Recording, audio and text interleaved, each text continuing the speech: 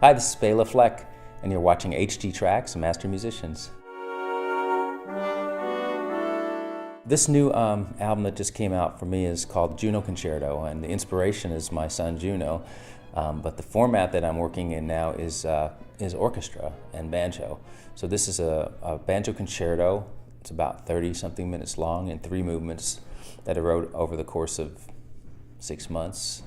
And I dedicated it to my son because it was the biggest thing that had changed in my life, and it's changed my process and how I write and what I take on, because I'm trying to be a parent that's part of his life in as big a way as possible. I think it's part of a general desire to open people's minds to the possibilities that the banjo can play a lot of different kinds of music. That I was commissioned to write by Canton Symphony and Colorado Symphony, South Carolina Symphony, and Louisville Symphony.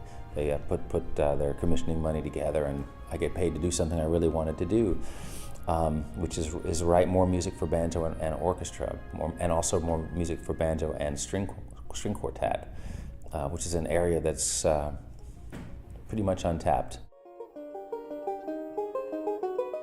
With the banjo, I have this favorite mic that Howard Levy turned me on to. It's called a Fathead, and it's not super expensive. It's a ribbon mic. It's about that big around, and when I use that on my banjo, and when I'm in certain situations, I can use that by itself. When I'm playing solo, it's just a huge, big, round, warm sound. It's not super bright, but there is enough top to work with. So I can take, say, 4 microphones, which I usually use at least 3 on my banjo, but often 4, and room mics as well. I can once they're time aligned, I can pan them across your ears, across the spectrum, and you can get a 3-dimensional banjo sound, which to me is a lot closer to what I hear when I'm playing my banjo, or even a little bit better sometimes. I've always been in love with the highest quality audio I could come by, and when making records with my band, Béla Fleck and the Fleck Tones, if there was a new process that would step up the quality of things, we were always on it, even if it wasn't ready yet. We were always trying hard to be on the front end of the highest definition possible.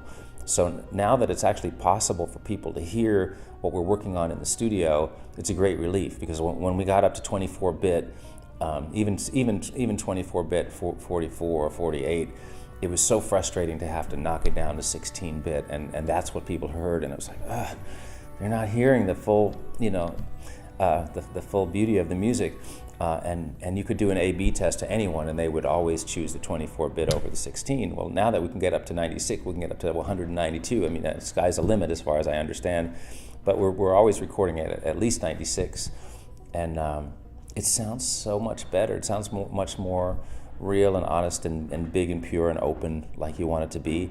And anything less than that is a detraction. There was a point with my recordings where I was trying so hard to get that kind of precision through editing, and it was costing so much money because I was doing it in studios, trying to lock up 2 different machines so I could get them to sync, and then I could do an edit between 2 multi-tracks. This is a long time ago, and eventually I talked to Warner Brothers, who I was with, and I said, if you guys would just get me a Pro Tools system, it would save us so much money. and that's when I started recording at home, and it ended up being an incredible change in the finances of recording, because instead of the studio and the engineers being the only people that made money, it meant that I could pay the band.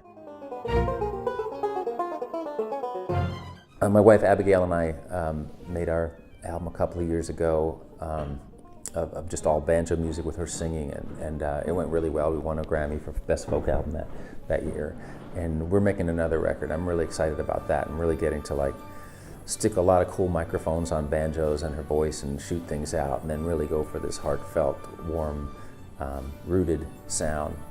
I think it's going to be a special recording. I'm very excited about that. It's 90% done. So that'll be coming out in the fall. And then I'll be on tour with Chick Corea, doing duet concerts in Europe in July. And with the Fleck Tones are going to reunite in August and do some touring with Chick Corea's electric band. It was one of his great bands from from back in the day for a couple of weeks, and that's going to be exciting.